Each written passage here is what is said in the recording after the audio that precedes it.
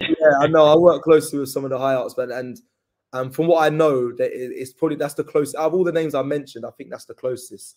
So I think they're just sorting out the passport now. So yeah, so that's very close. And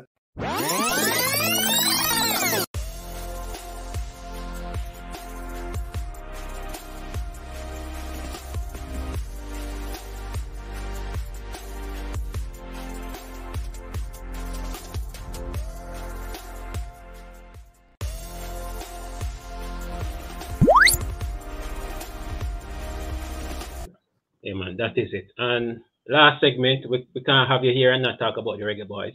They're in the legendary 1998 kit.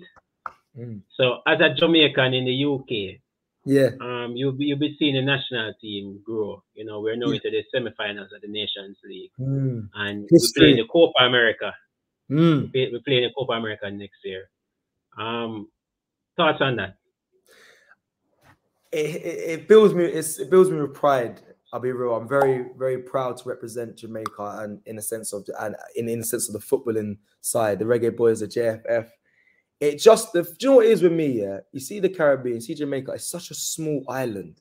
I've said this many times. The impact our little island has on the world is unbelievable. Across everything, music, sport, TV, everything is huge. And to see, you know, Jamaica, it feels like now they've got like a resurgence. They're getting better and better. Like, I know, you know, we've qualified for World Cups before and stuff, and like we've had some moments, but it feels like now, especially with players that are affiliating themselves with Jamaica, it feels like a good time to really be, you know, flying the Jamaica flag, because especially when it comes to football, like I said, like Antonio's there, we've got Damari Gray, the youngsters are coming through, Leon Bailey, all of them, man. I know there's word of they want to get Reece Nelson's going to come over. They're looking at getting Amari Hutchinson over. They're looking at Emil Smith Rowe. They're looking at Mason Greenwood. Like there's a lot of players that are looking to change their allegiance and represent their you know, their family's country or their country in Jamaica, and it fills me with pride. Them setting history, CONCACAF Nations League finals, they're there.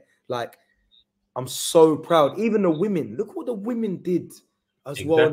I have to big them up. Drew Spence, a good friend of mine, she plays for Tottenham, very good friend of mine. I've known her for years, representing Jamaica. How proud I am. One, that I know her, and two, how much of a good footballer she is and how she's representing our country.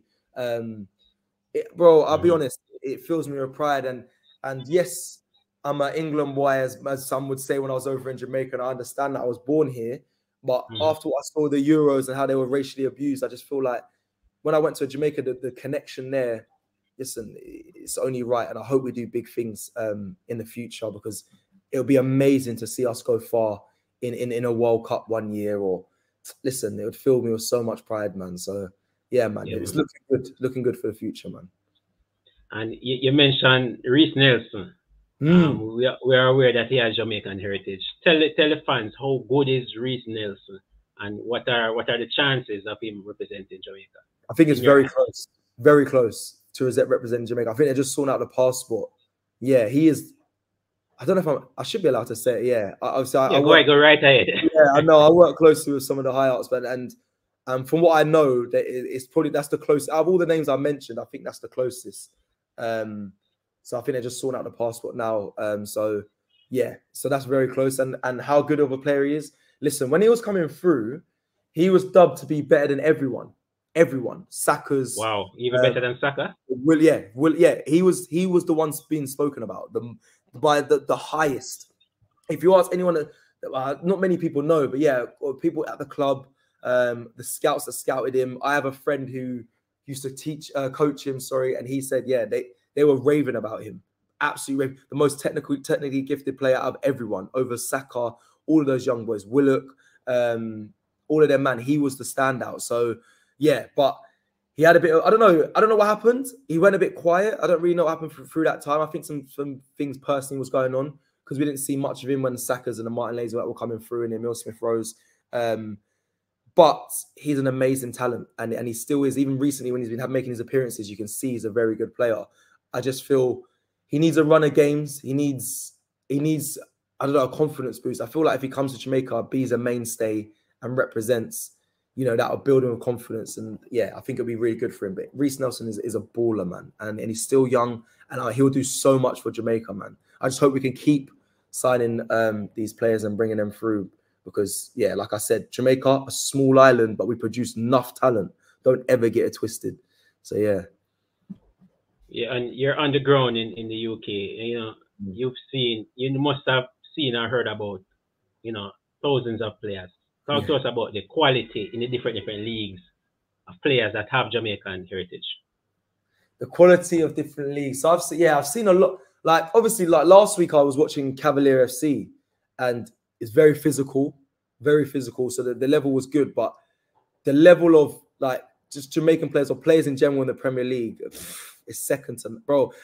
It's hard to break it down. Like when I see players live in the flesh, it's a different experience to watching them through TV or watching them. Yeah, if we're watching them through TV, I'm telling you, like I've seen some players live and I think raw, like Leon Bailey. Say Leon Bailey. Let's do Leon Bailey. So I played with Claude Davis, who's an international back in the day for Jamaica. I played with Jamie Lawrence, a brilliant, technically good passer, everything, physical, bad boy of a player. Again, a Jamaican international. He actually helped me get into a professional football club. But there's levels to this. They're good players, but Leon Bailey, like I watched him recently. Don't get me wrong, back in the day, Leon Bailey, when I watched him, he didn't really hit the heights. But right now, when I watched him against Arsenal the other day, boy, sharp. Like, and that's what it is. It's the intensity and the sharpness. And when I speak to Premier League players now, they say it's at another level, an absolute another level when it comes to playing in football. It's just everything is so physically demanding. You're non-stop, just ferocious. So that's what it is. It's just the finer details nowadays. Football's become, yeah, very, very, very intense and a high level. So yeah, that's the difference though between them. Yeah, I know you're an ex-footballer, but say in when you were 16, you know, back in the days, if Jamaica had called you up, would you, you know, take up the call? And what 100%. would it take for you to make the switch? No, nothing. Because No. It's so funny. Who asked me? I got asked this recently, and I mentioned this. So I mentioned Jamie Lawrence there. I was trying to sort out my me going over to Jamaica and playing for Jamaica through him. So yeah, so if Jamaica came calling, unfortunately it fell through. But if they came calling, I would have went straight over there, no questions asked. Because if I'm honest, I was never going to get into England. I'll be real. I was a good footballer, but I was never going to make it to the Prem, in my humble opinion. And I never would have made it playing for England. So I think Jamaica would have been the only route, and that's not to look down on Jamaica and make it a second choice, but yeah, I would have loved to have represented the country. I'd have loved to, and I would have done it as well. And I like your honesty, because there are a lot of current players now that they're still thinking about England, and we know that look, you cannot make England team. You know what I mean? So I know some of these players, it's never gonna happen. That sounds really harsh, but like you can see, they know as well in themselves. They look at the competition nowadays for that England team. You got to be real with yourself. Like if your home country is asking you to represent them, and you're still dreaming about England when there's like 5 people in front of you, and you're not starting for your first team, or you're not, like, you got to be real with yourself and honest with yourself. So yeah, man. All right, Cecil, that was a great interview, a great talk. I wonder if I missed out on anything. Anything else you want to say before we wrap up? No, man, large up you. Like I said, thank you, and thank you for inviting me down, man. And just like I said, subscribe and like, and I appreciate all the, the research you've done for this interview. And just, no, man, I'm happy, man. I'm blessed, and I hope to be back in Jamaica, and hopefully we can link up in person. And we're looking to come next year. So if that's the case, I'll give you a message, and we'll sort out something live and direct when you come meet AFTV and all that. Yeah. Yeah, man. Big up AFTV and Edivision TV link up. That would be great. That'd be big. That'd be big. That would be great. I just want to say thanks again for taking time out of your busy schedule, and joining me today. Merry Christmas. Have a happy New Year when it comes. All the very best for 2024 for you personally and, work-wise, blessings and love. You know what I mean? Yeah, respect, man. And same to you as well, man. Hopefully, more big interviews, and I hope your channel grows, man. Like I said, get Eddie to 5K, man. Road to 5K always, man. Love and guidance. But yeah, man, bless up, bless up, bless up, bless up. Thank you, man. Bless up. All right, folks, that was it. I'm Eddie Gona, and that was CECIL J from AFTV. We are out.